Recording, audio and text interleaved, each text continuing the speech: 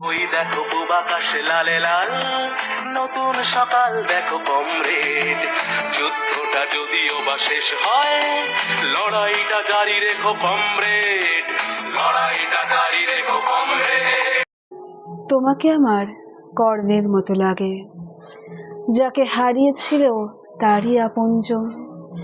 যোগ্যতা ক্ষমতা থাকতেও যে প্রয়োগ করতে পারেনি তেমন, যে করছিল লড়ছিল মানুষের জন্য, আর মানুষই শত্রু বলল তাকে।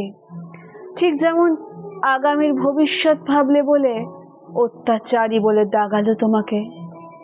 যাকে সরাতে দেবতাও বাধ্য হলেন ছলনার আশ্রয় নিতে, ঠিক যেমন ওরা সরালো তোমায় ছলনার যুদ্ধে জিতে।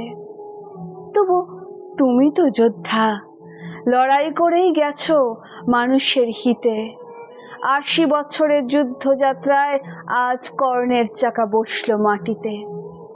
জীবনে ভোগবিলাস বলতে অর্জন করলে শুধু শিক্ষা আর সম্মান, মৃত্যুকালেও সেই বীরের মতোই নিজের সর্বস্ব করে গেলে দান। তুমি শেখালে প্রশ্ন করতে হয়, এমনি কিছু মেনে নিতে হয় না। তুমি শেখালে লড়াইটা চালিয়ে যেতে হয়, সততার কোনো বিজ্ঞাপন হয় না। তোমাকে বুঝতে রাজনীতি করা লাগে না, স্বচ্ছ একটা মনন থাকলেই চলে।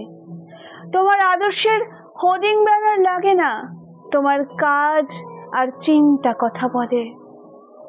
শিল্পের কারিগরকে বিদায় দিলাম চোখের জলে আর শূন্য বুক জুড়ে।